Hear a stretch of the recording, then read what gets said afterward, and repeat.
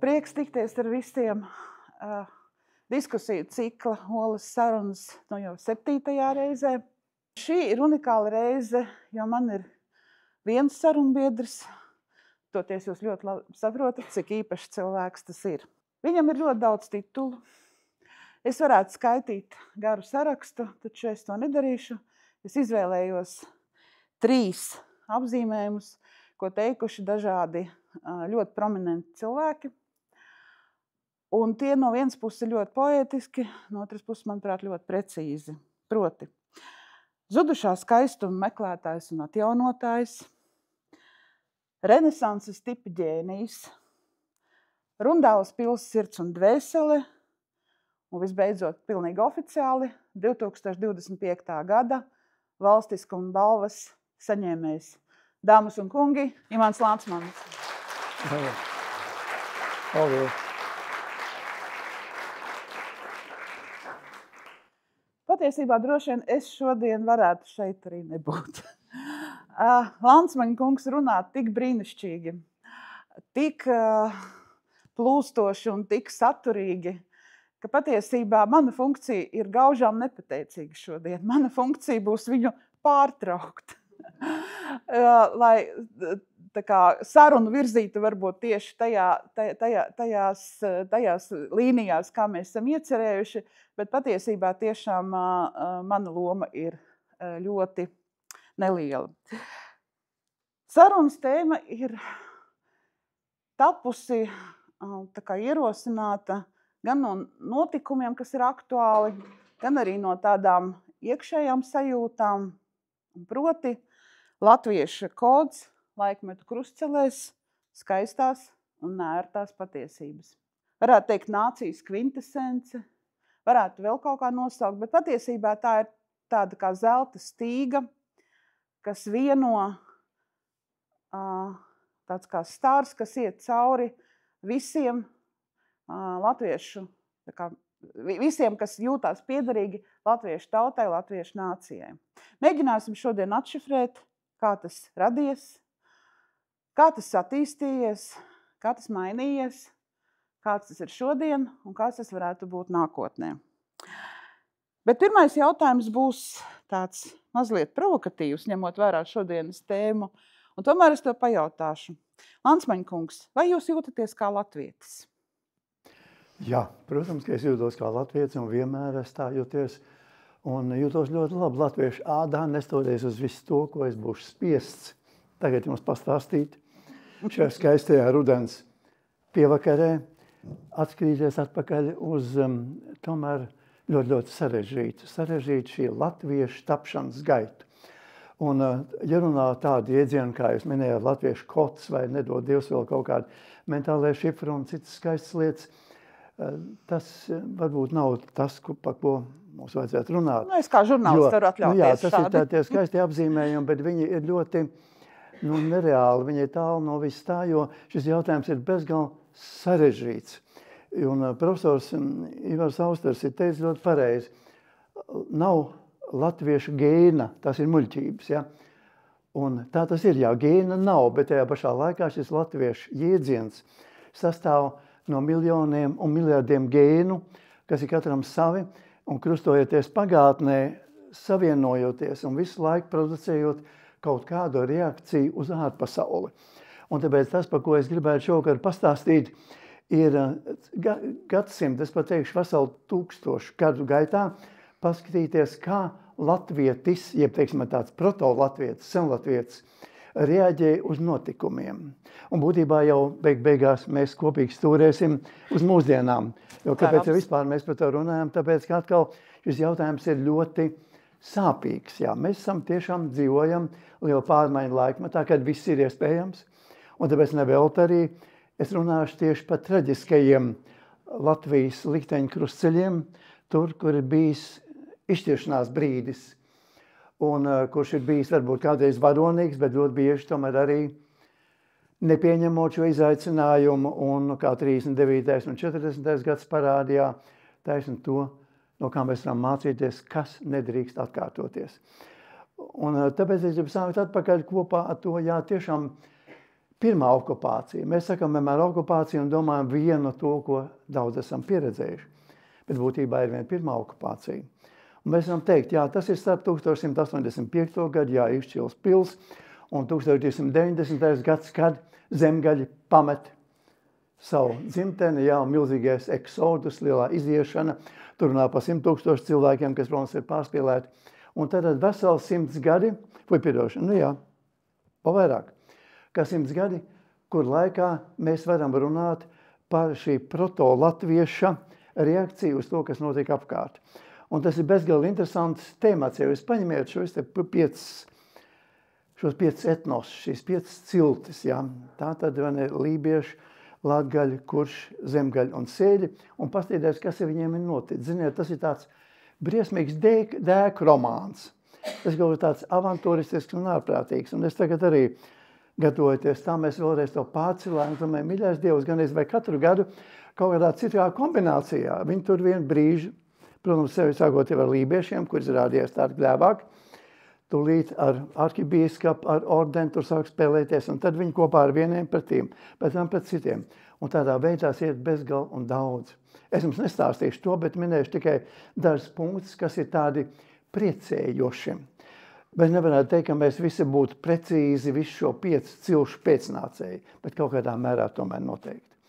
Kaut kas no viss tā ir, un redziet, nevar runāt par kodu, nevar runāt par latviešu gēnu, bet runāt par kaut ko tādu, par ko mēs te mazliet parunājamies ar Pilēnkungu pirms šī pasākuma, par nācijas karmu, par individuālo un kolektīvo karmu.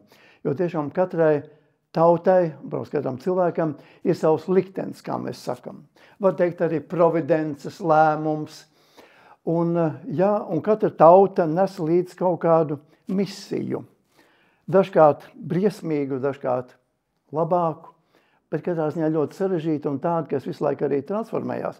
Kaut arī ir dažas karmas, kas iet cauri, mēs runāsim, teiksim, par Krievu karmu, kur ir kaut kādā mērā tāda ļoti apzīmogot un vienveidība. Latviešu karma, šī kolektīvā karma ir ārkārtīgi sarežģīta. Un tagad, ja mēs runājam atkal par šīm 5 ciltīm, un mēs paskatāmies, ko viņi tur dara tikai. Un es minēšu dažas punktus, iedomājieties, laiks iet gadu 10. Viņi ir cīnījušies visos virzienos, bet es minēšu dažas punktus, teiksim, zemgaļiem. Labi, kopā ar žemaičiem, ar lietuviešiem. 1236. gads un saules kauja. Tad iedomājieties, kāda varena uzvara. Bet otru paņemsim kuršs.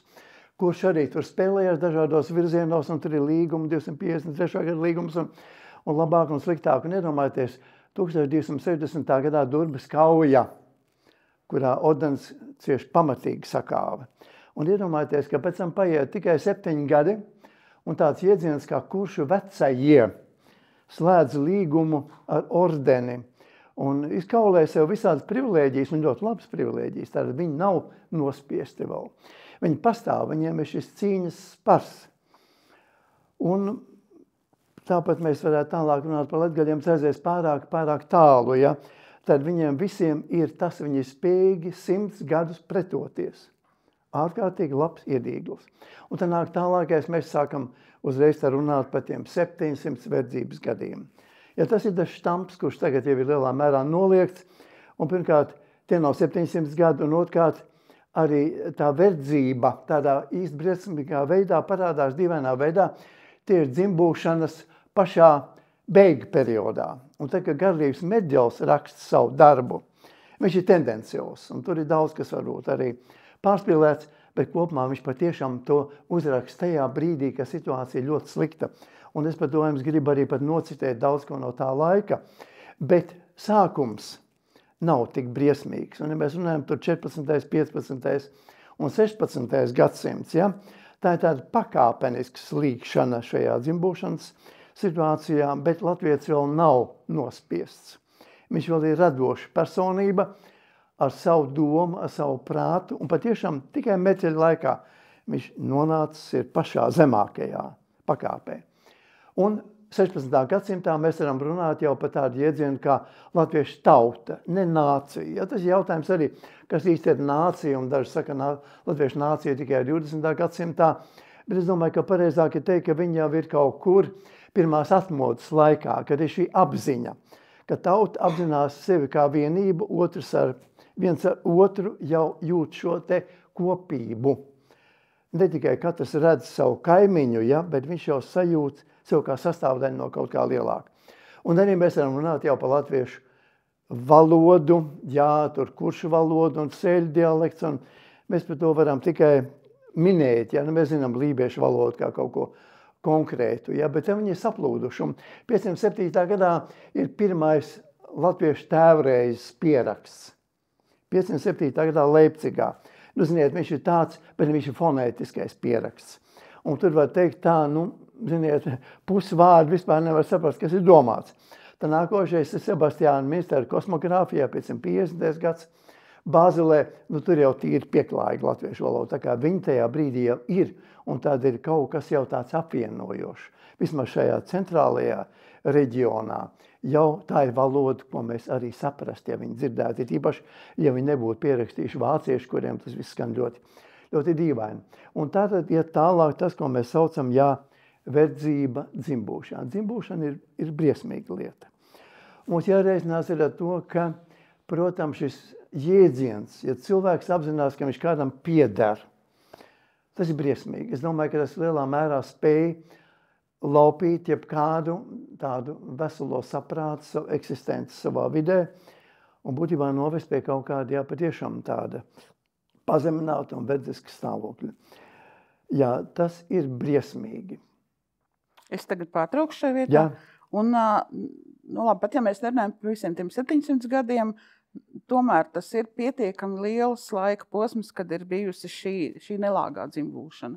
Un tomēr tas paradoks ir, ka tieši šajā dzimbūšanas laikā, es tagad citēšu vienu jūsu tekstu par to, kā tas nākas, ka tieši šie nosacītie verdzības gadi ir noslīpējuši latviešu kodu tādā veidā, kādā tas ir sastopams, piemēram, dainās. Jo patiesībā kā tas ir, kad spiediens no ārpuses ir bijis pietiekami liels un tai pašā laikā iekšēji ir notikusi kaut kāda diezgan izteikti garīga dzīve, tas nozīmē. Jā, es tieši pie tā gribu ķerties. Un arī parunāt par visu to briesmīgo, ko, piemēram, ārzemnieki ierauga tajā latvietī. Viņi ierauga viņā lopiņu. Es tiešām gribu nocitēt dažas lietas. Tā jūsu Doroteja mīļā arī, starp citu, ļoti nelāgi izteicās. Jā, Doroteja, jā, 13-gadīga meitene, iedomājieties, ja, viņa ierodās Kurzemē pie savas mātes, kāda darbība Vācijā, un ko viņa pēc tam raksta? Nu, ka vīrieši bija sapinkājušies pilnīgi bez jebkādām dzīvības izteiksmēm sejā, un sievietes bija labākas, jau mazāk nodzītas, un viņas man izpildīja kaut ko, ko varētu saukt par himnām, kur es atradu dažus diezgan labus salīdzinājumus un dažus diezgan skaistus tēlus. Tā viņa atļāvās žēlīgi teikt. Bet es varbūt nelasīšu visus tos briesmīgos paziņojumus, bet tur ir viens kopīgs tāds. Man bija 2004. gadā, 5. gadā, man bija tāda viena lekcija, kas saucās Ārzemnieks skats uz Latviju pirms 200 gadiem. Tā iznāca, ka tieši pirms 200 gadiem, 19. gadsimta sākumā, vesela rinda ārzemnieku bija bijuši Latvijā. Un aprakstījuši to, ko viņi šeit redz un kā viņi redz latvieti. Un tur bija viens no briesmīgākiem bija šāds. Visi šie cilvēki bija, kā likās, pēdējais atspūks no Dieva radītā cilvēka. Un ka man gribējās viņiem paskatīties zobos, lai es varētu konstatēt, ka tie ir tādi paši cilvēki kā mēs. Bet arī viss pārējie. Tas ir briesmīgi. Es jums necitēšu, tas ir pārāk smagi. Un tas ir 19. gadsimts būtībā, vai ne? Tas sanāk 19. gadsimts. Tas ir 18. beigas, tur ir 74. 85. Tie nav nekādi dziļie viduslaiki. 86. gads, vesela rinda ceļotāji bija bijuši, un īpaši ar tādiem apgaismības laika cilvēku skatienu un ārzemnieku skatienu. Viņi vienkārši ierauga lopiņa savā priekšā, un pa viņu apģērbu, kā viņi tur ģirgojas pa viņu skrandām, pa pastalām un visu pa pārējo. Un iedomājieties, un ka tieši tas, ko jūs sakiet, un tajā pašā laikā mēs taču zinām, kas ir latviešu dvēseli, jo mums pieder latviešu dainas. Un tas ir tas, arī ko pat grūti ir saprast. Un kādā veidā varēja šī neiedomājuma nospiestajā stāvoklī rasties tas, ko mēs zinām, kas ir reāli, šis miljons, ja? šo brīnišķīgo poētisko pasaules skatījuma pierakstu, kas parāda ārkārtīgi skaistu, ārkārtīgi tīru dvēseli, ko pēc tam ļoti mazā mērā ir ievainojis viss tas, kas notiek apkārt. Varētu domāt, ka pēc viss tā, ko šis nabaga cilvēks ir pieredzējis, viņam vajadzētu katru dienu sacerēt vakarā vārsmas par to, kā viņš ienīst visu šo dzīvi un kā viņam rieb viņa kungs, nu, protams, ir daži tādi pantiņi arī, kā to es vācieti dancināju un tā tālāk. Ir, bet viņi ir maz. Un vispārējais rāda tāda panteistiski, ārkārtīgi cildenu pasaules uzskatu, kas pie tam, es gribētu teikt, patiešām, pirmā man atbilde bija jau, vai es uzskatu sev par latvietu, tad lielā mērā tas ir pateicoties nevis vēsturiskai pieredzei, bet šim dainu brīnumam. Bet otra lieta, saprotiet, šie ārzemē skatās uz latvietu un viss viņiem rieb, viņa izskats, viņa apģērbs, viss kā viņš saka, viņi nožēlamies zirdziņi, kur ir nodzīti un viņi baigās būdas un vispārējais, bet mums ir etnogrāfiskais brīvdabas muzejs. Un ticiet man, ka es uz viņu aizēju, un tas nav pārspīlējums. Es pazīstu Latvijas pilis muižas un visu šo te dzīvi, es gribētu teikt, pilnīgi. Es viņas varu iet, es viņas varu dzīvot, jebkurā gadsimtā, jebkurā brīdī, es viņas pazīstu. Un varētu iedomāties, ka tad, kad es ieeju vienā latviešu rijā, vienā latviešu sētā brīvdabas muzejā, es viņā jūtu lielāku noslēpumu. Es viņā nevaru izskatīties cauri šiem tumšajām sienām, šiem guļbaļu sienām, tam maziem lodziņam, no kur spīd ārā kaut kas, un maz puķītis šūpojās aiz loga. Es esmu fascinēts, es nonāku kaut kādā trans stāvoklī. Un ja es varu teikt, jā, es esmu atkodis visas pilis, un es viņas zinu, es viņas kā mājās, bet es neesmu atkodis šo te latviešu brīnumu. Un tajā pašā laikā es skatos arī to, cik skaisti ir šī latviešu sēta, cik šajā vienkāršībā ielikts iekšā ir arī tāds arhitektūras mazais šedevrs, cik viņai mērķtiecīgi un cik viņai tur jumts ir skaists un viss, kas viņā ir, un arī tas, ko Latvijas izgatavo. Un tas ir tik vienkārši priekšmets, šis krēsls un bieži tik primitīvs. Vai šī kaut kāda tur lādīte, ko viņš taisa, un viss tā piesta, ko viņš izgatavo, un viss, kas viņam ir vajadzīgs dzīvei. Viņš ir harmonisks un skaists. Un latviešu tērps, viņš jau ir ļoti normāls. Atbilstoši dzīvei, viņš ir mērķtiecīgs. Šie ārzemnieki skatījās uz tiem lopiņiem, kā viņam likās, kuriem gribējās skatīties zobos. Un būtībā pagāja īsts brīdis, un tikko bija atcelta šī dzimbūšana. Un viņa jau arī nebija nekāda brīnišķīgā brīvestība. Ja? Cilvēks jau tāpat bija saistīts ar klaušām, un dzīve bija grūta, bet vienalga tas momentālis sprādziens. Un ja mēs paskatāmies ļoti interesantu piemēru, Ēveles mācītājs Bosse, viņš zīmēja, būdams tiešām labi zīmētājs, zīmēja savus draudzes locekļus. Un tas ir 19. gadsimta vidus. Ir pagājuši būtībā apmēram 30 gadi kopš dzimbūšanas atcelšanas. Un visi šie cilvēki, kam viņš uzzīmē, ir absolūti eiropeiski cilvēki. Kā tā nozīmē? Viņiem, pilnā mērā viņa apģērbs un viņa frizūras un viņa sejas izteiksme, jos nav pilnīgi nekā robusta. Un iedomājies, ja pagājuši, tad būtībā kādiem varbūt 35, 40, 45 gadi kopš tā brīža, kad cilvēki runāja par lopiem, ko viņi redz savā priekšā. Tad šie cilvēki, šiem dzimtcilvēki, viņi lielā mērā izlikās. Un tas arī to Garlīvs Meķels jau saka, ka dzimtcilvēki neuzdrošinās skatīties savam kungam sejā, jo viņi baidās, ka tur var ieraudzīt spīti, izaicinājumu, un tāpēc viņi nolaiž acis un izliekās nabadzīgi un galīgi nekādi. Ja? Tā varbūt no šejienes radies tas, ko latviešiem bieži vien piedēvē spēju tā kā pielāgoties. Spēju, ka to var nosaukt dažādi. Pielāgošanās. Tur ir vispār viena lieta jau ir. Jo mēs varam teikt, jā, brīnišķīgais latvietis, kuram ir šīs te ģeniālās dainas un kurš tā ir brīnišķīgs mājas un brīnišķīgs darbrīgs, nezinu, kurā brīdī pa nakti kaut kad laikam, bet tajā pašā laikā tomēr jau šis apspēstais stāvoklis arī rada daudz ko citu. Rada arī šo pielāgošanos, iztapību, liekulību un arī zakšanu. Un Latvijas jau ne jau bez tiesībām uzskata, ka viņš ir aplaupīts. Kāpēc kungam ir viss un man nav nekā?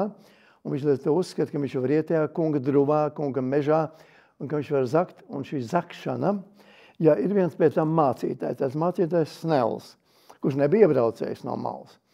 Un viņš tieši runā par šo sāpīgo tēmu, ka latvieši savā vairumā ir zaglīgi un izdara to ļoti veikli un izmanto katru iespējamo brīdi, bet viņš saka, bet viņiem maz iespēja parādīt savus talantus zakšanā, jo neviens viņam neuzticās. Jā, ļoti nežēlīgs spriedums, bet diemžēl tas ir, un ja mēs mūsdienās runājam par korupciju un par vispārējo un par visām arī nākošā gadsimtā sliktajām īpašībām, tas tomēr sakņojas kaut kādā mērā. Jā.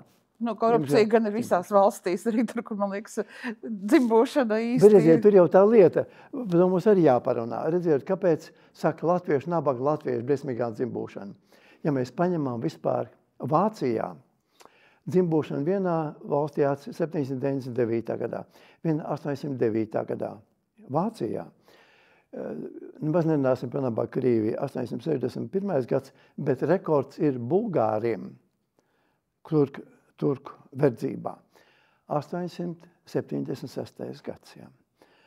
Un tomēr tā ir ļoti smaga lieta. Un kāpēc mēs tagad varam runāt arī par Krievu tautas īpašībām? Jā? 861. gads ārkārtīgi vēlu. Un diemžēl līdz to arī latgaļi, jā. Latgaļi to pašu.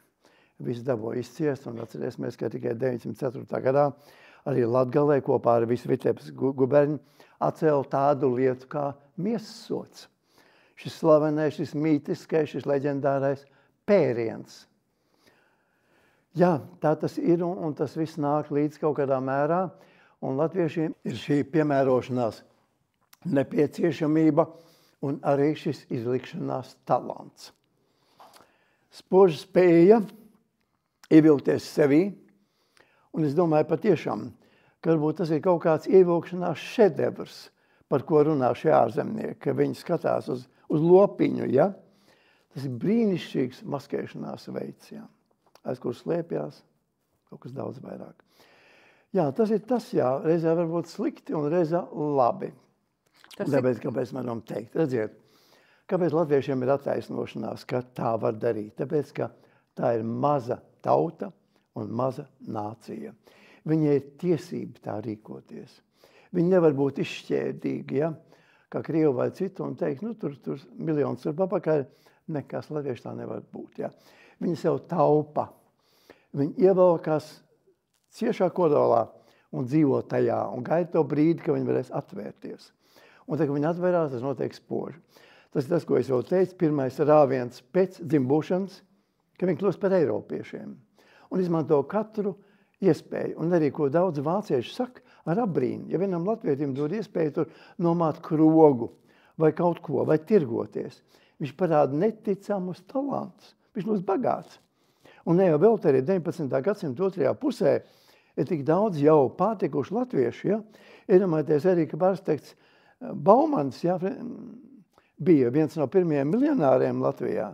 Latviešu miljonāriem. Ja? Tā kā latvieši parāda ārkārtīgi daudz talants, kas ir vienkārši apslēpti. Un tāpēc jau arī pirmā atmoda varēja tik ārkārtīgi ātri iet uz priekšu, un latviešu patstāvība, un viss tas labais. Un tad nāk, redziet, atkal viens pārbaudījuma brīdis. Es drīkstu mazliet, pirms mēs ķersimies pie nākamajiem krustceliem, man tāds drīzāk sievišķīgs jautājums. Vai tajā garīgā koda, vai nu kā mēs to nosaukt saglabāšanā, galvenā loma nebija sievietei? Jā, es vispār uzskatu, ka sievietēm tas jau ir tāds likteņa lēmums. Tā ir arī sieviešu karma, kolektīvā karma, glābt nāciju vai tautu vai cilti, jebkurā situācijā. Un tas latviešu sievietes, kas vienmēr to ir parādījušas, viņas ir varējušas arī šo pavārdu vārdu tiešā, un pārnestā nozīmē vienmēr brīnišķīgi saglabāt un iznest cauri. Un arī jebkuros apstākļos. Es pat negribēju teikt, bet arī, teiksim, viens no tiem mācītājiem, kas tik ļoti ir tāds ļoti kritisks pret latviešiem, ko viņš saka par latviešu sievietēm, ka viņš ir ļoti pievilcīgs. Un tad, kad viņš uzvelk eiropeiskas doma drēbes un iet uz pilsētu pa kalponēm, viņš ļoti bieži noprec vācieši. Un kad viņš kļūst par pilnīgi civilizētām un normālām sabiedrības locekļiem. Tur jau tas ir, jā, latviešu sieviete ir ļoti, ļoti talantīgi bijis visos laikos un spēlējis ļoti, ļoti lielu lomu. Un īpaši jau tas ir redzēt pie apdraudētām nācijām, pie tām, kurām ir ārkārtīgi jāsargā šo nāciju. Un kas var vairāk to izdarīt kā sieviete? Ļoti reti vispār maz aprunāta tēma īstenībā. Šo es tad jums nerādīšu, tur ir tie briesmīgie citāti, un šeit ir mazs sēmiņš, tas ir 2005. gadā, kad bija 100 gada, 905. gada revolūcijai, bija konferences, 3 dienu konferences, ļoti laba, bet nemžēl to gandrīz viss arī palika. Ja? Par 5. gadu ir daļa grāmata tikai, ja mēs runājam par tādiem mēģinājumiem visu to sumēt. Viena grāmata iznāca jau pats pirmā, 1908. gadā arī ārzemēs, ja? Autors ir doktors Astafs von Tranzē-Rozeneks. Jā, grāmata ir Die Lettische Revolution. Vislabāk ir iedomāties, jā, kādā virzienā viņi ir. Viņš brīnišķīgi uzskaita visu sociāldemokrātijas attīstību, visu arī revolūcijas gaitu, visu viņas neprātu. Un, protams, apstājās pie tā sliekšņa, kad sāk darboties soda ekspedīcijas. Ja. To viņš sauc par pacifikāciju, zemes pacifikāciju, ja, nomierināšanu. Ja, citu neko no viņa var gaidīt. Un tad ir otra grāmata, ko es nestiepu līdzījotāji ļoti bieži. Bija 933. gadā Maskavā Prometēja izdevniecība iznāk uz grāmatu, ko izdeva komunisti. Bolševiki izdeva par šo tēmu. Ļoti labs materiāla krājums, bet atkal vājprātīgi, vienpusīgs, kā varētu iedomāties, bet dokumentālā ziņā ļoti labs. Briesmīgs, jā. Protams, ka tur nav nekā, neviens slikts vārdu par revolucionāriem. Tur tikai viņa varoņdarbi ir un, protams, briesmīgā soda ekspedīcija. Jā. Nepārprotam, un arī tā var būt. Un saprotiet, un pēc tam, jā, 2018. gadā iznāk Līgas lapas grāmata par kaujiniekiem. Un atkal redziet, tikai vienu šaunu tēmu, un te ir referāti. Arī manējais. Manējais saucās tā. 1905. gada revolūcija Latvijā un 5. bauslis, kurā es mēģinu savienot šīs divas lietas. Ja. Bausli te nebūs nokaut, un lielo masveida nokaušanu no abām pusēm 5. gadā. Un tā ir ārkārtīgi smaga tēma, un latviešiem redziet, viņi ir ļoti, ļoti tāda riskanti, un joprojām par viņu nekas nav īsti līdz galam pateicis, izvērtējumi daļēji, bet pamatā viņi balstās uz vienu. Lielā mērā izejot no Rāņa autoritātes, arī to uztver kā iegūmu nacionālajai idejai. Tātad tas ir sākums 18. novembrim, un viss ir labi un brīnišķīgi. Un patiesībā redziet, tas tā nav. Jebkura revolūcija ir patoloģiska lieta. Viņa ir atšķirībā no kariem, kuriem vismaz ir nežēlīga loģika. Revolūcija, es gribētu teiksim tā teikt, tas ir sabiedrības operēšana uz ielas ar nesterilizētu dunci un bez anestēzijas. Ja? Varbūt labi un varbūt slikti. Ja? Tas katrā ziņā rezultāti bieži ir baigi un katrā ziņā viņi ir asiņaini. Arī Franču revolūcija, viss viņas iegūmi, tādi iegūmi arī ir, un tajā pašā laikā viņā velkās līdz briesmu stāstījā. Giļotīna un šis teiciens, ja revolūcija aprīs savus bērnus, tāds arī ir, un mēs labi zinām, ka Robespierres arī ņēma galus tās pašas giļotīnas, ja, ko viņš tik plaši pielietoja. Un Latvijā arī tas izraisa vienu lietu. Atcerēsimies to. 5. gada revolūcija pavēra kanālu ļaunumam. Visa veida ļaunumam. Un viss tas varbūt labais, par ko es runāju, brīnišķīgās dainas pēkšņi pazuda. Priekšplānā nāca kaut kas cits. Un šeit tā kā redzēt parādās viena briesmīga lieta. Tas nav tautas gribas izpaudums. Un ja mēs skatāmies par to pašu mužu dedzināšanu, viss, kas notika, un arī Karelsona apšāva, ne jau to darīja zemnieki, ja? To darīja kaujinieki, to darīja cilvēki, ko vadīja sociāldemokrātija. Mužu dedzināšana ir viena lieta, es varu pateikt dažas vārdas par to, bet pats galvenais ir cits. Šis process izraisa morālu sabrukumu cilvēku galvās. Un zemniekos atkal uzmandās viss tas vecais. Un sociāldemokrātiem izdodās sakairināt latviešu zemnieku prātu. Un teikt atkal, redziet, riebīgie baroni, mēs tagad varam viņiem pārgriezt rīgli, daram to, iznīcinām viņu līgzdus, un vienalga latviešu zemnieki nededzināja. Tie visur, ja mēs paskatāmies, tās bija dedzinātāji grupas, un tajā pašā laikā to pieļāva. Un šeit parādās viena ļoti traģiska personība. Barons Karls von Mantēfels, Kazdangas mūžu. Viņš ir kļūst par tādu mītisko zemnieku ienaidnieku, un patiesībā viņš ir traģiska personība. Iedomājieties, viņš ir filoloģijas zinātņu doktors, viņš studēja Londonā, apmeklēja sociālistu klubus. Un tā, kad viņš piedalīdamies Japāņu karā atgriežās Kazdangā, viņam uzceļ godu vārds, viņš sarīko vairāk dienu tur dzeršanu, un viņš burtiskā vārda nozīmē draudzējās ar zemniekiem. Viņš dara visu labo, ko var izdarīt, un viņš pēc tam kā vēlāk rakstīja, viņš domāja, ka visi ir mani draugi, visi man smaidīja. Un viņš teica, es tiešām viņus mīlēju un uztīju saviem draugiem. Un, kad nāca lielais pārdzīvojuma brīdis, viņa labāk gadījumā klusēja, un neviens par mani neiestājās. Ja? Un jā, muži nodedzināja, protams, tie nebija vietējie zemnieki, ne jau, ne? Un redziet, tas notika daudziem, jo pavērās šī iespēja, tad mēs varam kaut ko nolaupīt, atkal mēs varam paņemt no tā kunga. Un varbūt nāks tas brīdis, kad mēs dabūsim to zemi, to kunga zemi padalīt, vajadzot viss sliktais izvirda ārā. Un ja tajā pašā laikā iedomājās, 48% Latvijas zemes jau bija latviešu rokās. Un šis ceļš varēja būt mierīgs evolūcijas ceļā, pēc tam Latvijas zeme bija ideāli apstrādāta. Viss ekonomiskā sistēma, viss arī mežu apsaimniekošana bija perfekti nostādīta. Šajā ziņā vācu baroni darbojās pēc labākajām receptēm. Un jā, tas nenostrādāja. Nāca šis te, un lūdzu atcerēsimies, tas bija boļševiku pirksts, jā, kas latvieti izvilka ārā visu to slikto, un līdz to brīdi jau atpakaļ ceļu vairs nebija. Un turpat nāca jau Pirmais pasaules karš, jā. Tad vācieši atkal nāk virsū.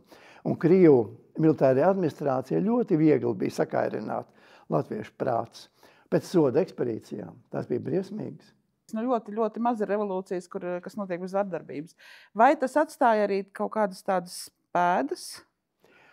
Pa 5. gadu. Jā, pa 5. gadu. 5. gads atstāja no visiem viedokļiem. Es te runāju tikai par šo te morālo nobrukumu. Tātad naids izlīd ārā, ļaunums un naids pret vāciešiem. Tātad šī sadzīvošana, kur likās jau bija normalizējusies, un kaut kā, neaizmirsīsim, ka arī Blaumans rakstīja tik pa brīvu vāciski kā latviski, un ka šī iespēja līdz to izzuda, un faktiski līdz pēdējiem brīdiem mēs jūtam vēl šo te alerģiju pret visu vācisko, kura viss nākošais pēc tam sāsināja. Pirmais pasaules karš, Bermonta afēra, kaut arī būtībā viņi jau bija krieviski, tā bija Krievu armija, bet te daudz vāciešiem iekšā.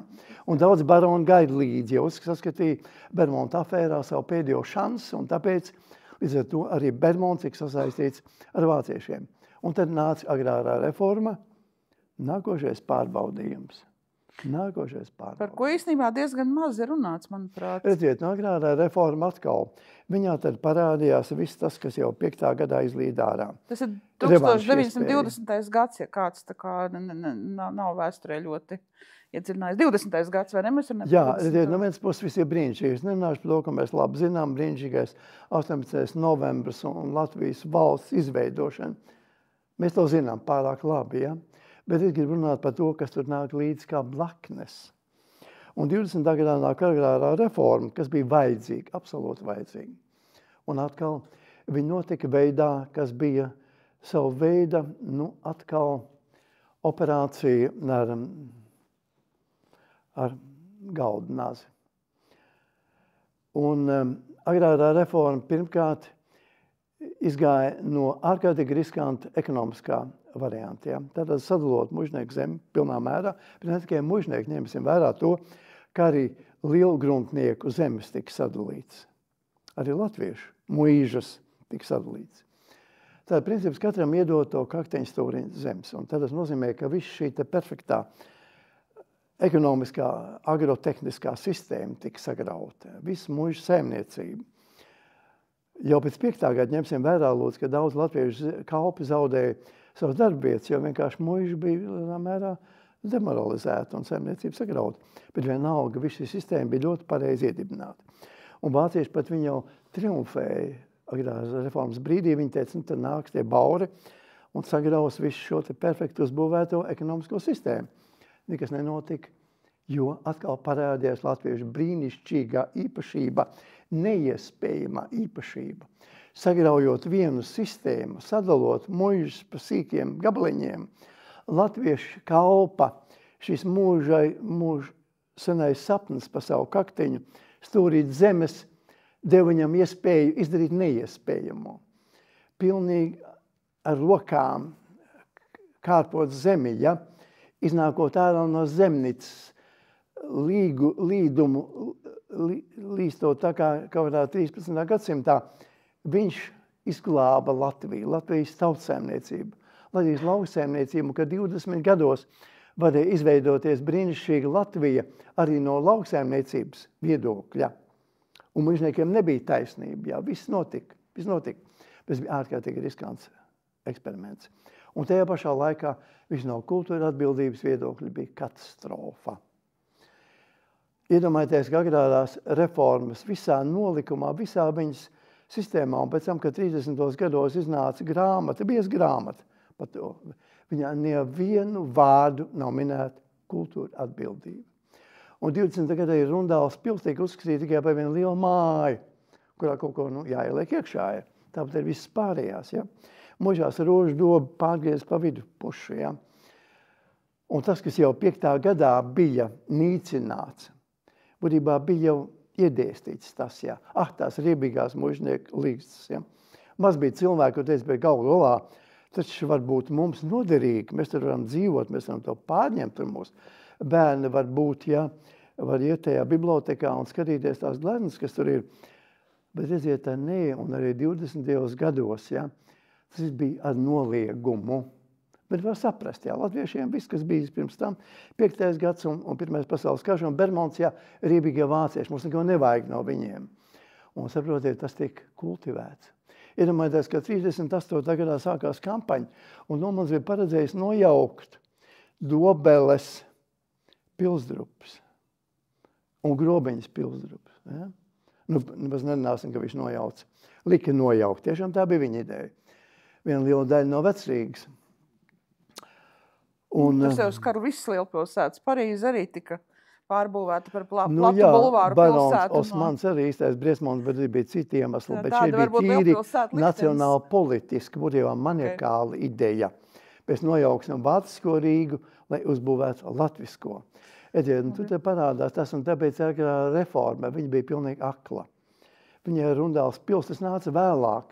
Tajā brīdī, kad Ulmans pēkšņi sajūtās kā valdnieks 34. gadā, un tad viņš lika atjaunot Jelgavas pili ar nosaukumu Kurzemes lielkungi.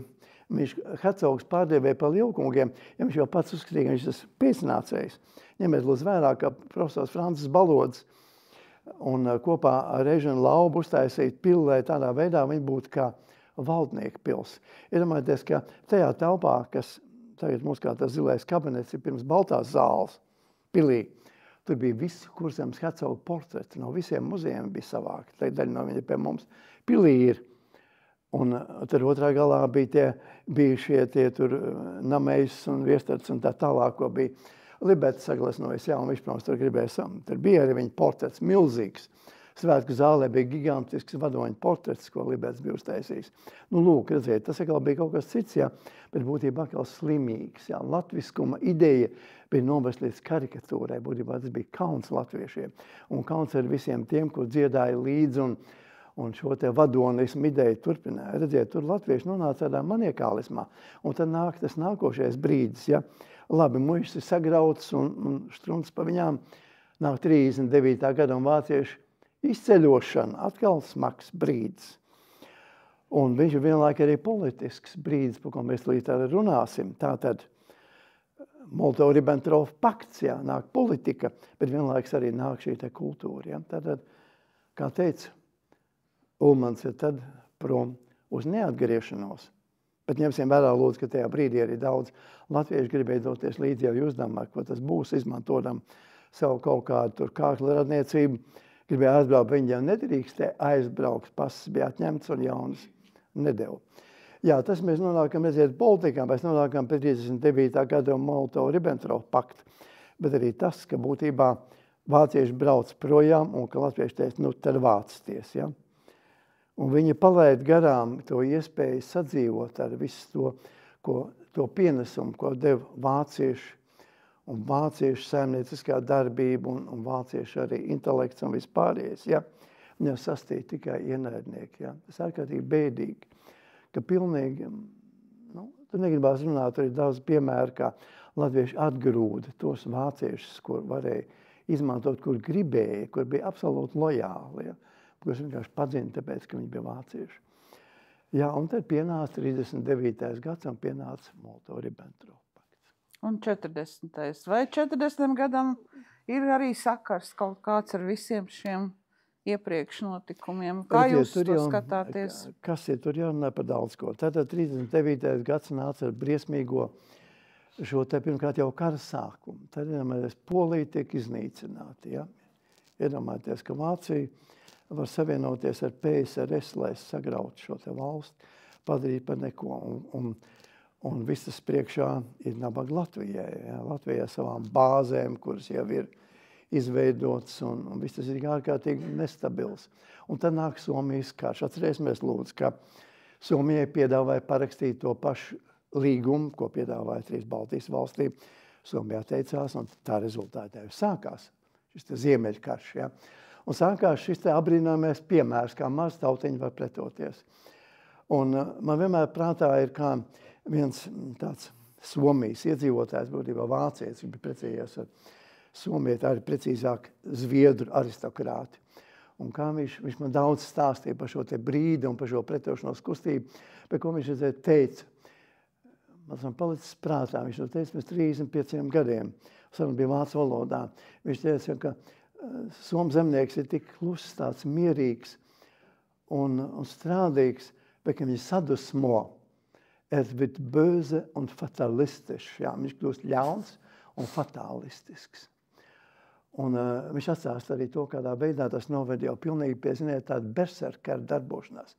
Tā kā vikingu stilā, ja, ka viņš paņem nazīti, ja, un lien un pārgriež rīkli vienam sarkanarmietim, ko viņš ierauga. Eziet, bet tur parāda tas, kas ir vajadzīgs nācijai.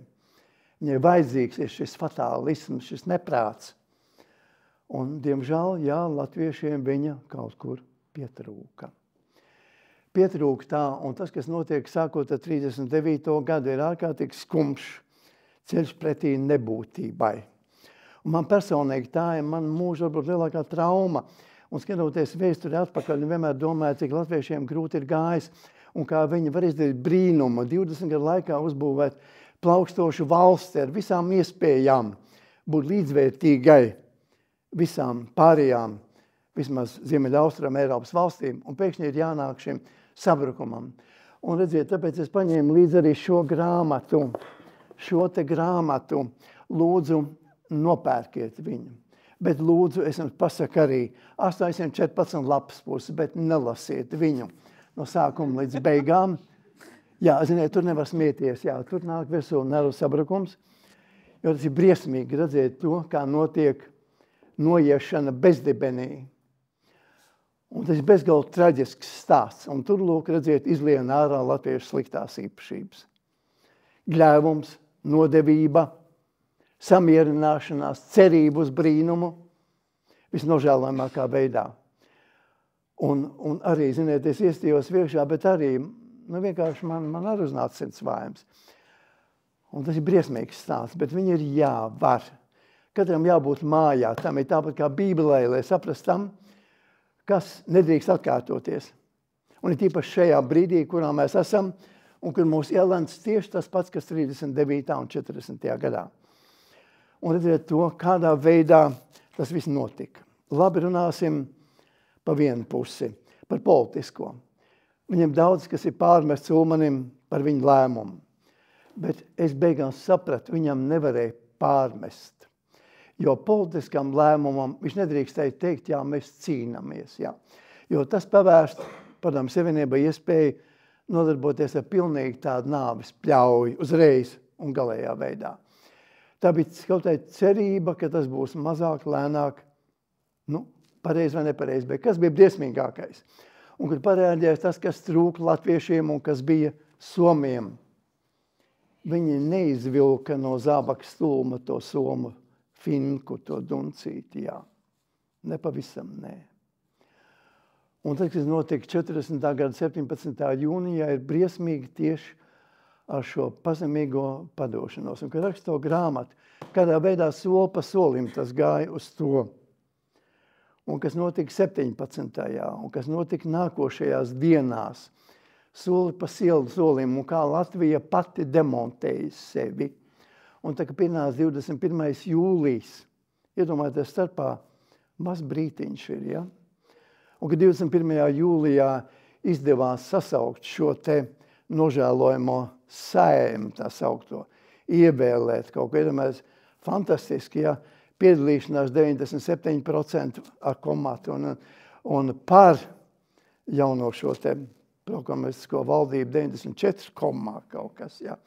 Iedomājies, šis te baismīgais teātris, kur jau parādījās tas, kā viss šis mehānisms darbosies tālāk, un ka latvieši to varēja paciest, un ka notika arī šī te pašdemontēšanās, kā ministrijas, kā visas iestādes, lēnām paši sevi iznīcināja, kā bankas, ja ne?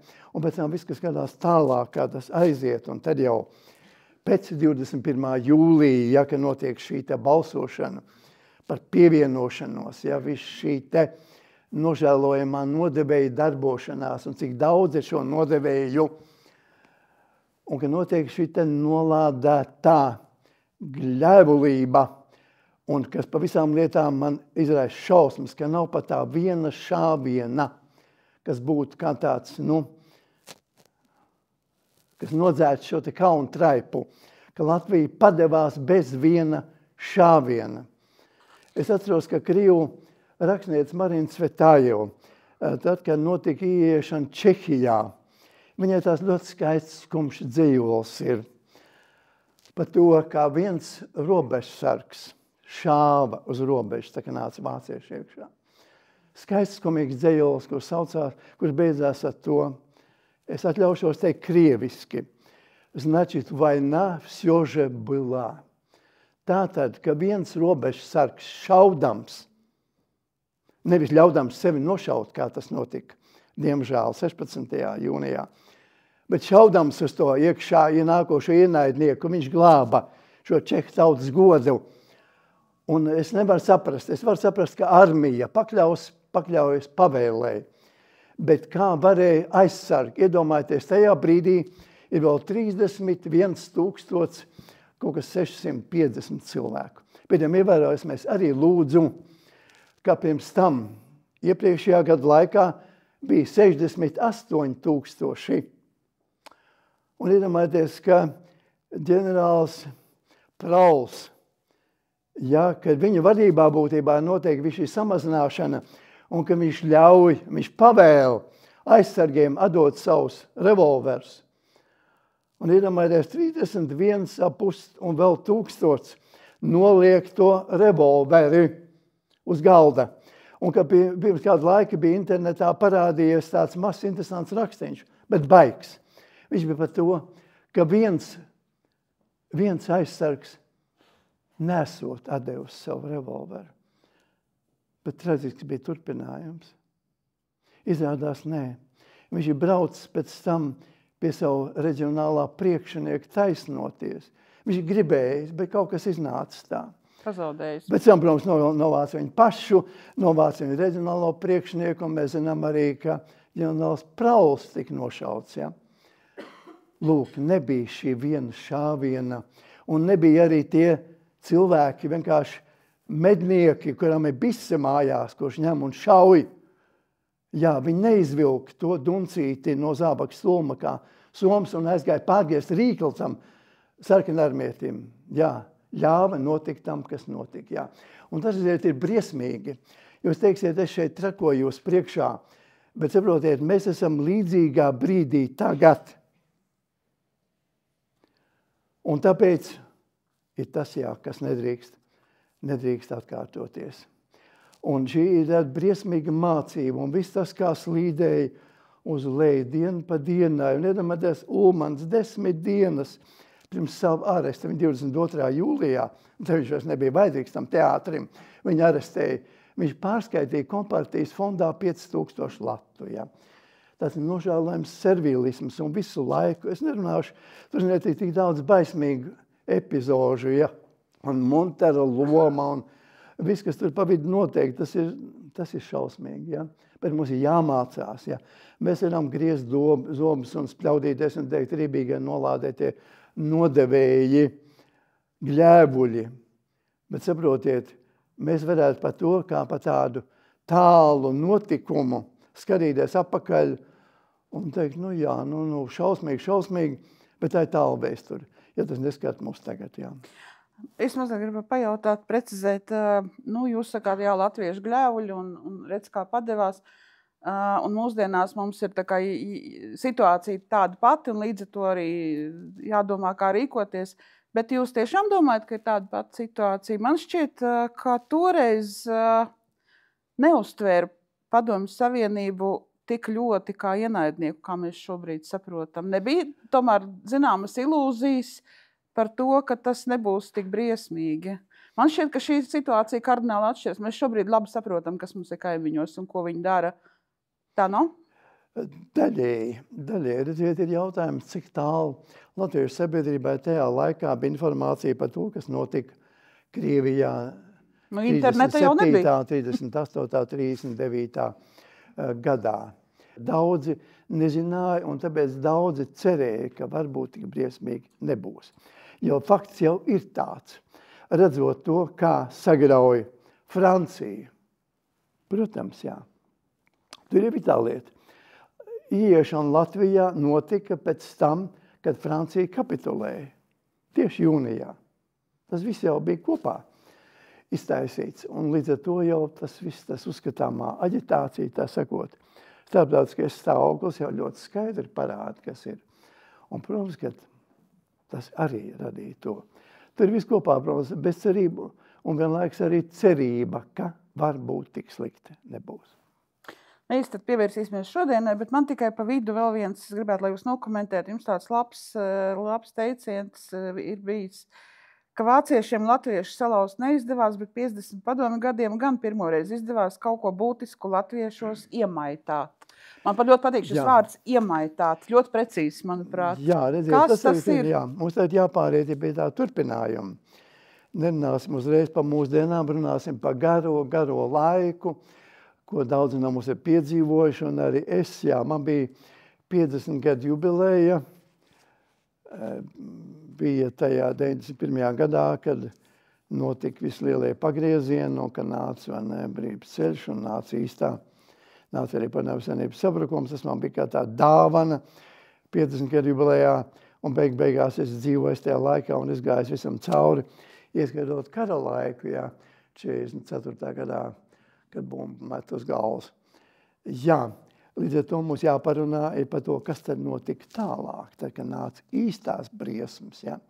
Viena lieta ir 40. gads un svārstība un pakāpeniskā noiešana, nobraukšana ellē, bet te jau nāk īstā ellē, ja. Nāk 41. gads un čekas trakošana un vispārējais, un tad nāk otra okupācija, atkal ļoti interesanti. Un tur, redziet, ir viens svarīgs punkts ir. Redziet, ka latvieši, kur visu laiku tā nīduši, ir vācieši. Un 39. gads pavisam blakām, un pēkšņi 41. gadā ienāk Rīgā Wehrmachts. Un daudz gāja viņus sagaidīt. Man sievas māte gāja Latvijas karogu, gāja pie brīvības pieminekļa. Tajā brīdī patiešām likās, jā. Vācieši izrādās, ko mēs tik šausmīgi nīdam, ir nesalīdzinām jaukāki par tiem, kur runā pavisam citā valodā, un atklāt sakot, mums pavisam nepatīk. Un padomju okupācijas laiks jau vairāk to mainījis ir. Un man ir ļoti daudz bijis darīšana ar vācu baronu pēcnācējiem. Un 1987. gadā es no muzeja, vienkārši muzeja autobusu paņēmu un aizvedu to, ko galīgi nedrīkstēju darīt, Ēdols mūžas pēdējā īpašnieka barona Aleksandra von Bēra dēlu, baronu Ulriku von Bēru, kurš tiešām bija īsts muzeja draugs, mums daudz ko arī uzdāvināja, un aizved viņu uz Ēdoli. Sekoja, protams, arī viens Žiguls pa gabalu, bet nekas pēc tam nesekoja. Un, saprotiet, viņš aizbrauc, un viņš jau pēc tam domāja, kā mūs tur uzņems, ja? Un, saprotiet, un visur līd ārā kaut kāda veca cilvēka, vai es esmu paziņu jūs vispār tēvu kungu un jūs onkuli, jo viņa tēvs mantoja. Viņa 910. gadā mantoja Ēdols mūžu no savu onkuļu. Un, saprotiet, un kas ir trakākais, ka es pēc tam redzēju neskaitāms baronu pēcnācējus, un visur parādījās tā pašdziesma. Viņi saka, es tagad braucu uz to mūžu, domāju, vai man akmeņiem nenomētās. Visur ir pilnīgi idille. Un visi apmēram saka vienu to pašu dziesmu. Vai, ziniet, tur jūsu vecāku kapeņš pat ir apkopts un tā tālāk. Saprotiet, latviešiem tagad šie tā vācu baroni, tā leģenda, un tie vācu laiki apgriežās otrādi. Uz tādu padomu barbarismu un ārprāta fona. Tas pēkšņi likās kaut kāda zaudētā, tā skaistā eiropeiskā Latvija un mūžas un pīlis, un tagad visādas leģendas vēl kā ārā. Un, saprotiet, notiek pretējā galība gandrīz, vai es dažādi domāju, tā cilvēki vai pilnīgi jukuši ir. Un ar to baronu Ulriku von Bēru tas bija kaut kas neticams. Tur pilnīgi viņš pēc neatkarības atgūšanas, viņš brauc katru gadu. Viņš arī tur ielika savu naudeņu, viņš tur gādāja Eiropas naudeņu, tur atjauno pilu, un viņš tur redzēja visādas arī nesmukums, kā tur vietējā vara tur ķildojās un nezināja, kas kam pieder. Un iedomājieties, viņš nekad neteica, tie dumjie latvieši, to jau varēja gaidīt no viņiem. Viņš teica, vai cik žēl. Šajā reizi atkal kaut kas tā kā nepaveicās, un viņš tur līdz pēdējiem brīdim brauca, un tā bija viņa. Viņš vienmēr asarām acīs teica, jā, tā ir man dzimtene, es gribētu nomirt, un es gribētu arī, lai man tur apglabā blakus savai dzimtē. Saprotiet, pilnīgi arī no vācu puses, pilnīga nostalģija. Un es redzēju pilnīgi nevienu baronu pēcnācēju, kurš būtu griezis zobus.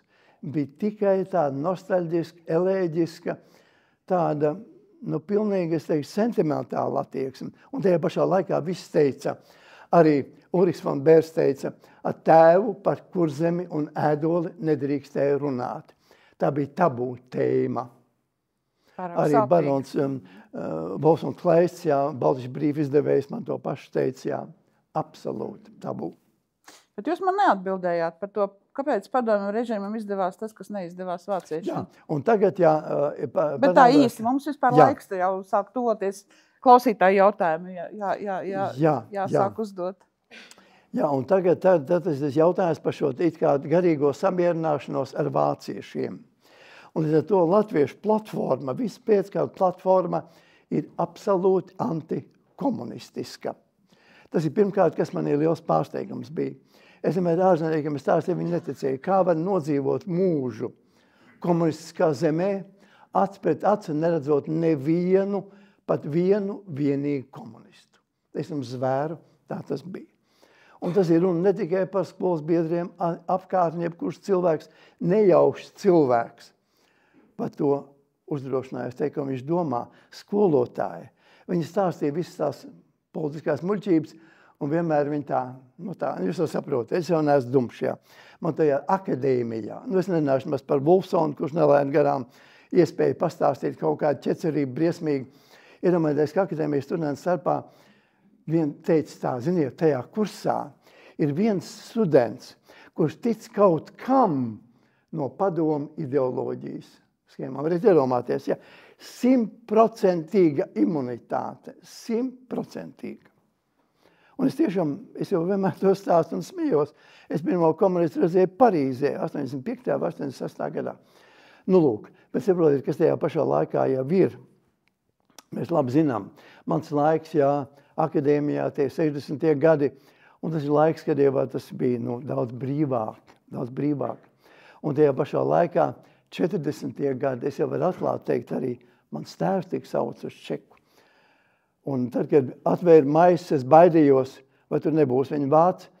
Viņš jau teica pēc tam mātei, ka viņš atvedējās ejot uz turieni. Bet viņš bija bijis konsekvents un, kā redziet, tomēr tā nenošāva. Jāteicās, un viņa bāds nebija tajā maisā. Bet saprotiet, tā tad ir tas laiks, pirms tā laika, kad akadēmijā mēs varējām atklāt stāstīt anekdotas 60. gados un ņirgāties par to visu, un Vulsons varēja ar baudu stāstīt tās ķecerības. Viņš nekad nelaida nevienu lekciju garām. Un tur bija arī viens viņa kolēģis, kurš tāpat vienmēr pastāstīja kaut kādu cūcību par Staļina laiku. Bet lūk, tātad tajā pašā laikā mēs to saprotam, tas viss ir ļoti pasīvi, un maz nenāsim pa laiku pēc kara. Tātad 40. gadi, 49. gads. Es ļoti labi atceros to, ka uz ielām cilvēki čukstējās. Pat mājās cilvēki čukstējās. Ja? Bailes bija patoloģisks. Un es tomēr uzskatu arī te čekas maisa man ārkārtīgi nepatīk. Man bija liela vilšanās tomēr par daudziem cilvēkiem. Es uzskatu, tomēr varēju teikt, es jau teikšu atklāti. Ja? Man bija savā laikā saruna ar Bauskas muzeja direktoru Laimonu Liepu par to. Viņš teica, jā, jums kādā brīdī piedāvās iestāties partijā, tas ir nepieciešams, ja jūs gribētu palikt direktoru amatā kaut kādu, vispār nākotnē. Bet otra lieta, ja es piesaka čeku, ja tas sagatavojiet lūdzu, ka tas mums nedrīkst būt. Viņam nevajadzētu dot padomu. Un līdz ar to es arī iestājos partijā ļoti viegli, tas bija tiešām teātris. Tas man neatzināja nemazāko sirdsapziņas ēst. Tajā pašā laikā man bija sagatavota runa, ļoti kategoriski. Gadījumā man piedāvāt būt par stukaču. To es biju izdomājis jau, kad es neatkarīgi no sakām, ja? Neatkarīgi no sakām. Ko jūs teiktu? Man to nepiedāvāja nekad, jo man pēc tam pateica, cik es biju direktors, man tā arī pateica, ja es gribu palikt direktors, tad man jāstājās partijā. Un kad muzeja vispār iestāžu vadītājiem nepiedāvāja būt par stukačiem. Vienmēr bija zemāka ranga. Tā kā man nebija tā, man sagatavota atteikšanās runa nekad nebija jāsaka. Bet ko jūs teiktu tajā runā? Viņš sakot ļoti konsekventi, ka es to nedarīšu. Tā. Bet tajā pašā laikā, saprotiet, es jau kā bērns, man bija 8 gadi 49. gadā, tur bija cilvēkam ko tas smagi skāra, un bailes var izdarīt daudz. Un viss, kas notiek apkārt, un cilvēki, kur pazuda, un viss, kas bija, ja, tur varēja salūst. Un salūza, redziet, un salūza ne tik daudz ar bailēm. Būtībā salūza vairāk, es gribētu teikt, caur to visu melu sistēmu, kas bija apkārt, arī nabadzību. Līdz ar to arī būtībā notika tas pats, kas notika arī 5. gadā, kad uzskatīja, vai cik brīnišķīgi variet kunga mežā lasīt ogas un sēnes un cirst kokus un šaut zvērus. Vajadzēja, ka var pazakties, ka Padomju Savienībā viss piedara visiem un ka es varu no fabrikas iznest ārā tur kaut kādus produkciju un ka es varu iet jebkurā laukā un ņemt, ko es gribu un vispār sakot, viss ir mans, vai ne, zakšana. Zakšana, kas līdz ar to noslīdēja līdz vienkārši paņemšanas līmenim. Un, protams, bailes arī par vidu, izlikšanās, lišķība. Un līdz ar to tas ir tas, kas visvairāk var ievainot šo kodolu. Un es domāju, tas arī notika, jo Latvieti būtībā viņš šo kodola, viņa iegrauzās iekšā tieši grūtie apstākļi un nepieciešamība ļoti ilgu laiku izdzīvot. Tad 50 gadus, ja tev spaida, ja pirmkārt tev nav ko ēst, un tev ir baili piedevām, cilvēks pielāgojās. Un būtībā atkārtojās dzimbūšanas laiks. Dzimbūšanas laiks ar visām viņas sliktajām īpašībām. Tikai redziet ar to lielu atšķirību. Dzimbūšanas laikā mužnieks nelīda virsū tam zemniekam. Viņš ļauj viņam darīt, ko viņš grib, ja viņš strādā, lūdzu, dzīvo savu pasaulīti. Tajā pašā laikā padomu režīms jau bija rībīgs ar to, katram no mums bija jāliek guļo. Mums kā bērniem jau mācīja atkārtot stundā visus šos te murgus, padomu murgus, un mēs jau pratām viņus tur skaitīt, tā kā tādas pātarus, protams, absolūti ar riebumu, un ir skolotājs, kas to noklausījās, jau saprat, ka mēs izpildām rituālu, bet vienalga tas rituāls notika. Un tas viss kopā saprotiet, tas ir tas, kas cilvēku samaitā. Nemitīga melošana, lieklulība, tas, ka tu dzīvo vienā iedomu pasaulē, kad tu atvēri avīzi un redzi viņā vien pilnīgi citu pasauli, kurā nekāda līdzība nav ar to, kurā tu dzīvo. Un viss ir otrādi. Un rezultātā tas viss sagrauj. Tieši tas lēnām sairdināja, nevis ilgurbāsa svārstu, bet lēnām deldēja šo latviešu čaulu, šo ciešo kodolu. Un es uzskatu, ka joprojām, ka latvietim, ja mēs jārunā tik daudz par korupciju, kas man liekas kaut kas tik nožēlojams, tik neizprotams, bet, diemžēl, man nācās konstatēt, cik ļoti daudz tas ir apkārt un cik daudz cilvēku tam pakļaut, un liekas, ka vispār kāda tev dzīvē jēga, ja tu viņam kukulē, tu nevar skatīties spogulī. Spogulī redzi nožēlojumu cilvēciņu. Kā tu var priecāties par mašīnu, kur tu nopēc par kukuli? Bet, nu redziet, tas ir jautājums, ja? Labi, daudz cilvēku to neuztver, es vienkārši saprotu, ka viņi pakļāvās, viņi gribēja, un īpaši, ka nāca iespējas, un ka tagad nāca šie jaunie laiki un milzīgie piedāvājumi, ka jau gribās to autiņu, un tu gribās to māju, un vēl gribās cits labums, un cilvēks padodās, ja? Padomu laikā viņš zaga, nesērā no fabrikas, ko var, un tagad viņš pieņem kukulu vai dara vispār, ko man var, kāds blēdības. Eziet, tur ir tas, un tad lēnām šis kodols, viņš irst, un vajag ārkārtīgi lielu stiprību, un vajag pašcieņu, kas lielā mērā trūks latviešiem. Tas būtu jautājums, ko man brīžiem uzstāda, teiksim, par latviešu aristokrātiju. Ja kaut kas labs varbūt ir šajā te būtībā parazītu slānī, tas ir tas, ka viņi kultivē goda jēdzienu un pašcieņas jēdzienu. Man bija tāds gadījums, jā, arī ar tiem pašiem vācu mužniekiem, kā viņi stāstīja. Piemēram, cilvēki vienu no viņiem, viņš tāds vienmēr tāds nost no visiem ir, un iedomājies kāds iemesls. Viņa tēvs pirms kara, viņš ir blēdījies kāršu spēlē, un pēc tam viņiem neviens no viņa kāds brāļiem nedeva roku. Un iedomājieties, ka šis te zīmoks dzīvoja tajā viņa dēlā visu pēckara laiku, bet iedomājieties, cik tas nopietni tika uztverts. Tas ir kaut kas ļoti būtisks, ja? Kas varbūt ir tas nedaudzais, es gribēju teikt, plusiņš, kas pieder aristokrātijai, ja? Un kas, diemžēl, latviešiem esot tādai monolītai, zemnieku tautai, diemžēl kaut kā pietrūkst. Tas pašcieņa, stingrība, gara stingrība un vēlēšanās sev izkopt un darīt kaut ko tā. Bet saprotiet, no viss ir Gunārs Astra. Jā. Gunārs Astra ir pārcilvēks. Jā. Tas ir kaut kas abrīnojams. Un iedomājos to dziļi samaitāto laiku, kurā viņš uzstājās un kurā viņš spēja. Mēs varam tikai brīnīties un noliekt galvu. Jā. Tāda bija maz, jā.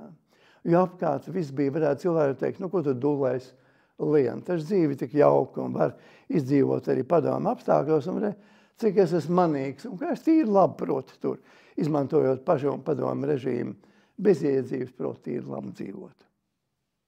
Jā, un es uzskatu, ka redziet, šis te aizkostais kodols mums joprojām ir jālabo. Un kā to var izdarīt? Redziet, tas nav tikai labi dzīvot, un nedod Dievs savu labi dzīvot ar kaut ko negodīgu.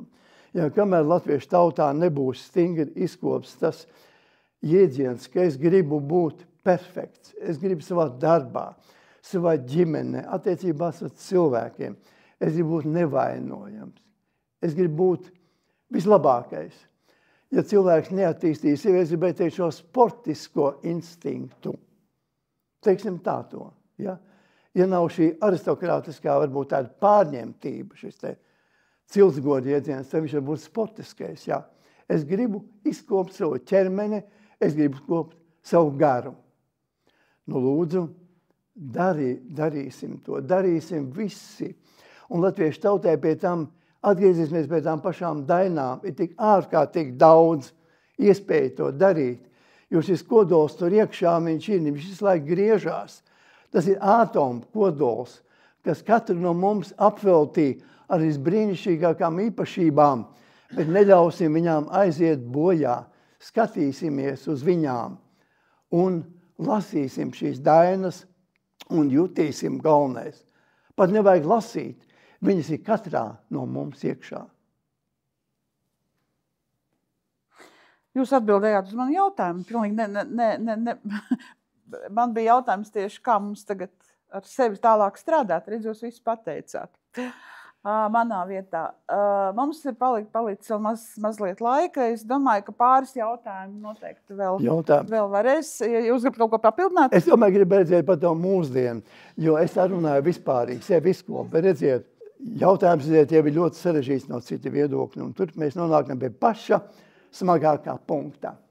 No kurienes tad nāks tas apdraudējums? Redziet, es uzskatu ļoti stingri, ka viņš nenāks pāri zilupēji, un ka tie visi uzstādītie puķu zobi diez vai būs vajadzīgi. Jo ir jau cits bīstamāks moments, ko nevēl izmanto arī 39. 40. gadā, tas ir iekšējās rezerves. Ja. Man negribās runāt par visu šo krievvalodīgā kopienu, kas mums ir blakām, un kur vidi noteikti ir daudz brīnišķīgi, talantīgi, jauki un visādi sirsnīgi cilvēki, bet tas ir jautājums, ja kādā brīdī viņos var iedarbināt kaut kādu kodu, atdzīvināt kaut kādu kodu. Redziet, tas ir ārkārtīgi smags jautājums, kādā veidā cilvēkiem, kā tas mēdz būt, teiksim, kā hipnotizē, un tad ir viens vārds, kas liek iedarboties kaut kādai pavēlē. Un līdzīgi tas var būt arī ar to. Un saprotiet, tas ir ārkārtīgi delikātais jautājums, jo patiešām mēs nezinām, kas ir kaimiņu kāpņu telpā un kaimiņu dzīvoklī. Ja? Vai tur ir cilvēks, kas ir dievina Latvijas valsti, varbūt, kurš viņu te pavisam nedievina. Ja? Es teiktu, ka burtiski 2 jautājumi varētu būt pēc mūsu laika. Kāds ir jūsu viedoklis, kā nācijas mentalitāte iespaidoja trindas latviešu kaut nedaudz, bet spilgtu personu atgriešanās pēc neatkarības atjaunošanas šis process? Vai iespaidoja, kā iespaidoja? Jā, neapšaubām. Katrā ziņā es domāju, ka latviešiem vienā ziņā ir labi, ka viņiem šis te savas vietas, savas dzimtenes gēns, viņš ir spēcīgs. Jo, redziet, sākumā es teicu, nav latviešu gēns, bet ir daudzu kopīgo latviešu gēni, kuros ļoti daudzos ir ielikt šis te, savas vietas izjūta, dzimtenes izjūta, kas darbojās ļoti pozitīvā nozīmē.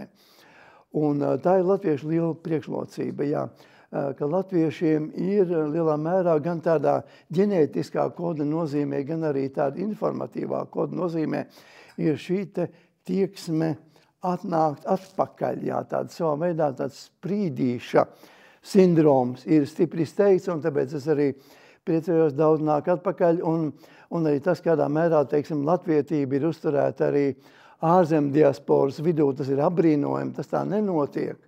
Tas tā nenotiek, es arī pārsteidz redzēt runāt par tiem pašiem vācu baroniem, ka es tagad redzu vienu kaut kur, kas ierodās no Brazīlijas un kas runā spāniski, un nerunā vairs vāciski, tas ir diezgan traki, un latviešiem tā nenotiek. Un tas ir ļoti liela pozitīva sastāvdaļa, kas atkal izriet no tā, kas ir tajā mūsu visu brīnišķīgajā kodolā, ko mums visiem vajag sekmēt un attīstīt.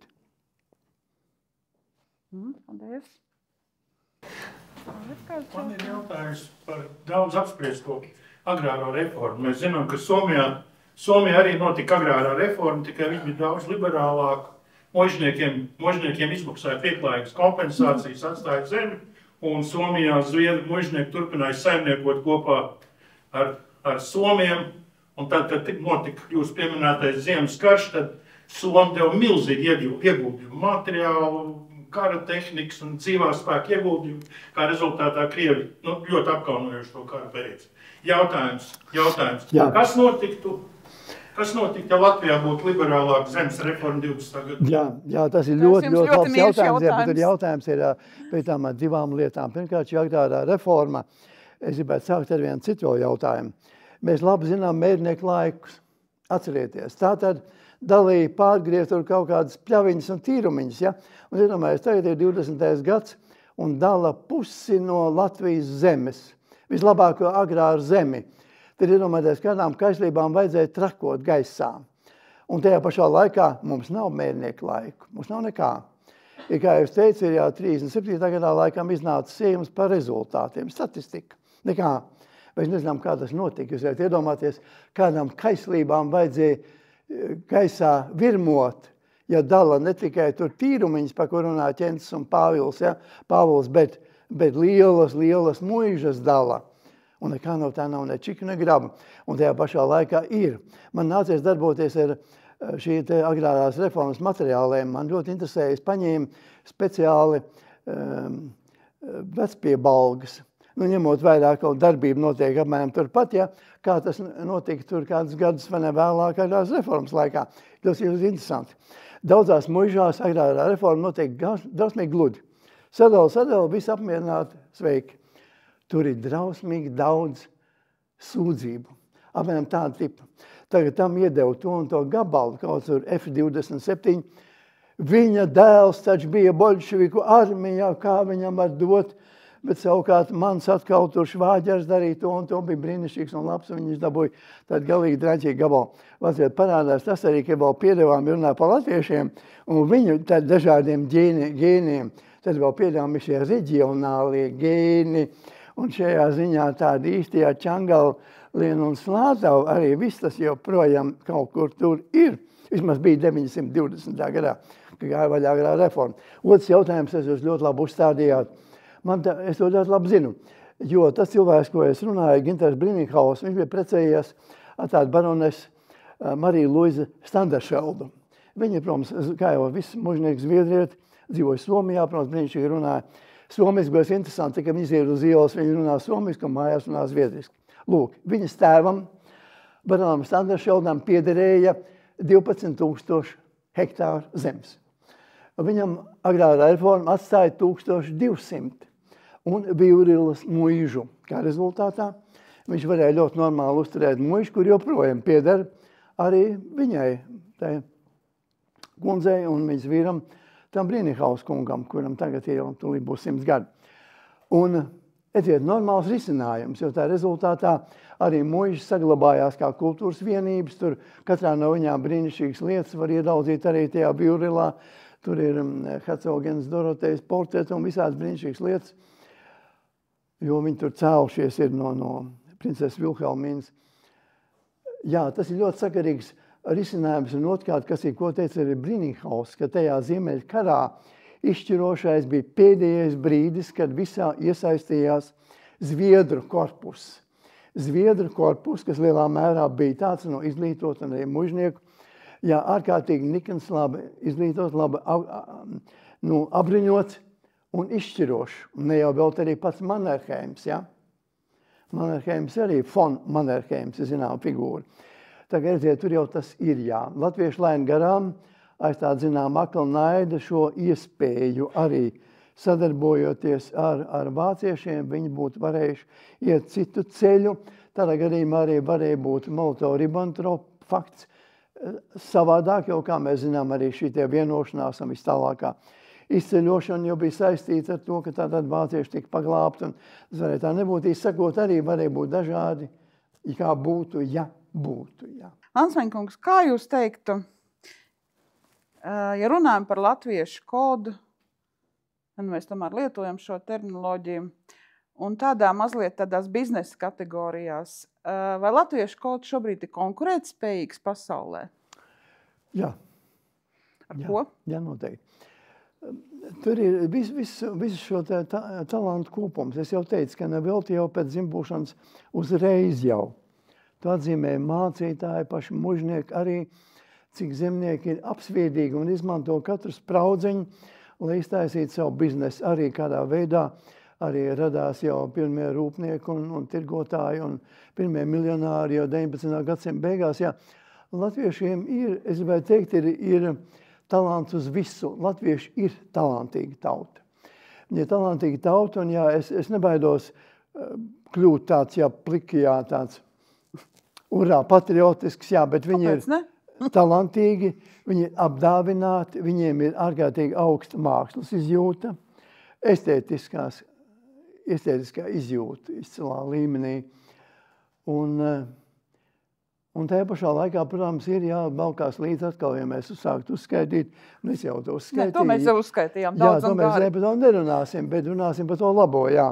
Un to, ja pārvar slikto, latviešiem ir iespējas ļoti, ļoti, ļoti augsti, jo bez vispārējā viņiem ir ļoti veselīgi gēni, kas ļoti interesanti ir, ka arī šie te, piemēram, mācītāji, tas pats Snells, viņš ļoti uzsver to, ka latviešu zemnieki ir ļoti veselīgi. ļoti veselīgi, ļoti pamatīgi miesas būva un tā laba, arī, ka arī to viņi visu uzsver, ka, teiksim, ka viņi laiž bērns pirtī, ja, dzīvē, un ka te bērnu veselīgi, un tas tā viss arī ir, jā. Kluteviešiem ir ļoti daudz tādas, tāda pamatīguma un dzīvīguma, dzīvelīguma, jā, kas viņiem sagādā arī nākotnē visplašākās un labākās perspektīvas. Un to latvieši ir parādījuši arī. Un pat, ja mēs runājam par to padomu laiku, kurš ir tiešām briesmīgs, galu galā, ja viņš būtu tik briesmīgs, viņa kodols būtu tik aizgrausts, te jau nekāda trešā atmoda nebūtu bijis iespējama, ja? Atmoda, kurā mēs gan visi esam pieredzējuši, ja? Un kura bija tik spoži, tik brīnišķīga, un kuri mūs tiešām vienoja tādā skaistā pacēlumā, un kā katrs no mums izlika ārā to labāko, ko no sevis varēja. Tas jau rāda to, ka redzēt, viss jau būtībā ir tīri kārtībā. Kārtībā, un kā acīm redzot, arī šī te, jā, ielīšana tajā čaulā, viņa bija nepieciešama, jā, viņa ļāva izdzīvot tos 50 gadus. Manuprāt, brīnišķīgs nobeigums. Ļoti cerīgs, ļoti optimistisks teiksim. Paldies Ansmaņa kungam.